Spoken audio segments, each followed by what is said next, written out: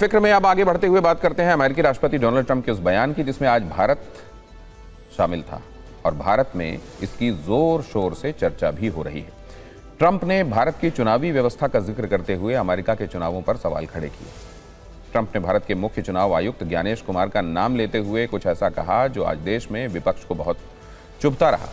Trump ने truth social पर एक पोस्ट किया, इसमें भारत के 2024 के लोकसभा चुनाव का आंकड़ा दिया और संकेत दिया कि अमेरिका में भी इसी तरह की व्यवस्था लागू होनी चाहिए।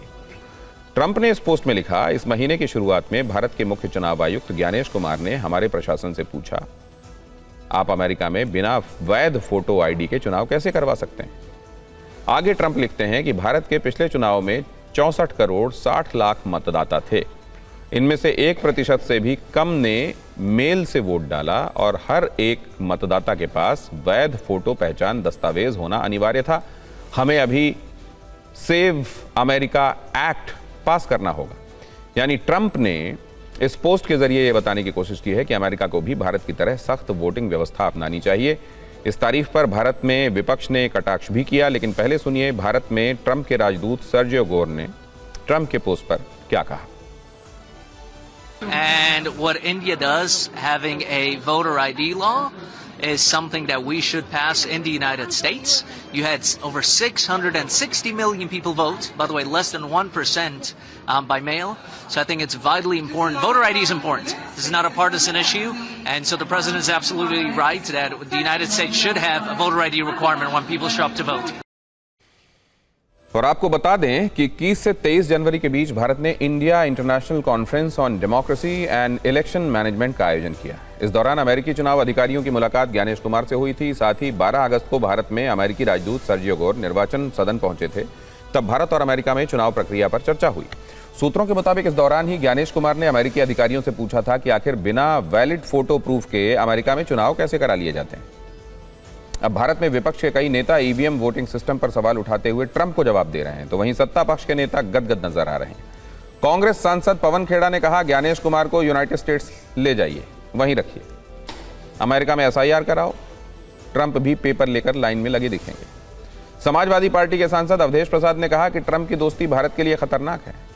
बीजेडी सांसद मनोज झा ने कहा, अमेरिका में ही लोग ट्रंप को गंभीरता से नहीं लेते, तो यहां क्यों लिया जा रहा है। वैसे देश में ट्रंप की पोस्ट पर हो रही राजनीति के बीच भारतीय विदेश मंत्रालय की प्रतिक्रिया भी आई। विदेश मंत्रालय के प्रवक्ता रणधीर जायसवाल ने कहा कि भारत की चुनाव प्रणाली की विश्वसनीयता और मजबूती एक ऐसी बात है जिसे दुनिया भर में मान्यता प्राप्त है।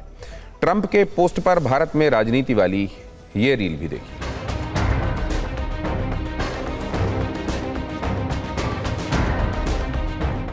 I have no specific comments to make on these remarks. I can say, however, that the credibility and robustness of India's election machinery is a well-established fact globally. 40% लोगों के तरफ BLO पहुंच ही नहीं पाया है। आज 30% लोगों को BLO मिलता नहीं है, तो लोग फॉर्म भरेंगे तो अब मेरे पास एक नहीं, 100 नहीं, सैकड़ों कंप्लेंट है।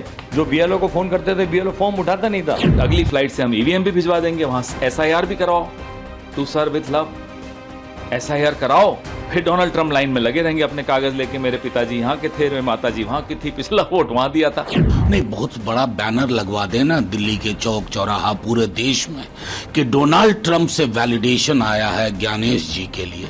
वो व्यक्ति जो अमेरिका के प्रेसिडेंट है, किस किस प्रकार के बयान उन्होंने नहीं दिए हमारे देश के बारे में, हमारे प्रधानमंत्री के बारे में, क्या ये उचित है?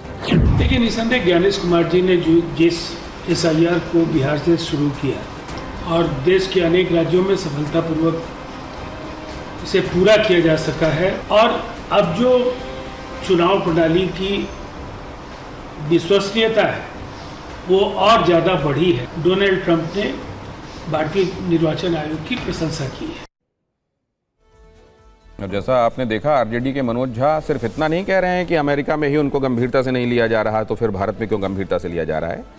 उन्होंने ये भी कहा है कि अगर आप इस बात को, डोनाल्ड ट्रंप की इस बात को एक तरीके से आपकी बातों पर मुहर और आपके लिए वैलिडेशन के तौर पर ले रहे हैं, तो क्या उन्होंने भारत देश को लेकर या भारत के प्रधानमंत्री को लेकर इससे पहले की जो बातें कही हैं, क्या आप उनको भी सही मानते हैं।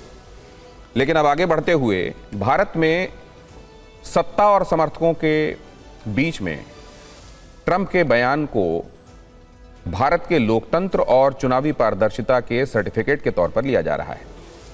लेकिन यह मामला सिर्फ भारत तक सीमित नहीं है। इसने अमेरिका में वोटर आईडी और नागरिकता सत्यापन को लेकर चल रही बहस में नया मोड़ ला दिया है।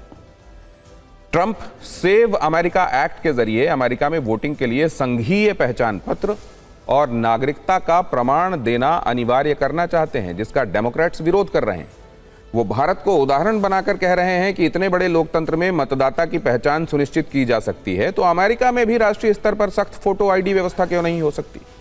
लेकिन अमेरिका में वोटर आईडी के नियम पूरे देश में एक जैसे नहीं है। मौजूदा व्यवस्था में 36 राज्यों में किसी न किसी रूप में पहचान दिखाने की आवश्यकता है, जबकि बाकी राज्यों में दूसरे तरीकों से पहचान सत्यापित की जाती है।